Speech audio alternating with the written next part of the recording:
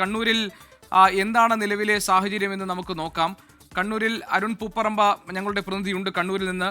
അരുൺ, കൊട്ടിയൂരിൽ ഒഴുക്കിൽപ്പെട്ട് ഒരു തീർത്ഥാടകനെ കാണാതായി എന്ന സംഭവം ഉണ്ടായിട്ടുണ്ട്.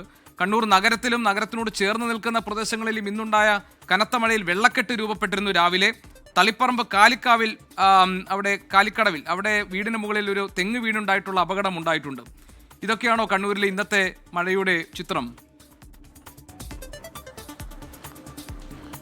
ജി കെ, ഇന്ന് ഉച്ചയ്ക്ക് ശേഷം കണ്ണൂർ ജില്ലയിൽ മഴയ്ക്ക് ശക്തി അല്പം കുറഞ്ഞിട്ടുണ്ടത് ആശ്വാസകരമാണ്. രാവിലെ ശക്തമായ മഴയുണ്ടായിരുന്നു, പക്ഷേ ഇടവിട്ട് ഇപ്പോഴും മഴ പെയ്യുന്നുണ്ട്.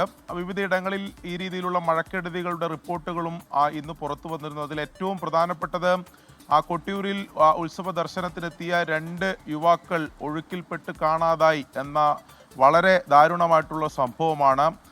ഒന്ന് കാഞ്ഞങ്ങാട് സ്വദേശിയായിട്ടുള്ള അഭിജിത്ത്, അതോടൊപ്പം തന്നെ കോഴിക്കോട് അത്തോളി സ്വദേശിയായിട്ടുള്ള നിഷാദ് എന്നീ 2 യുവാക്കളെയാണ് കാണാതായത്. അവിടെ നമുക്കറിയാം, ഈ ഉത്സവത്തിന് ദർശനത്തിന് മുമ്പ് ബാവലിപ്പുഴയിൽ പുഴയിൽ കുളിച്ച് ഈറനോടെ വേണം ഈ ക്ഷേത്രത്തിലേക്ക് പോകാൻ.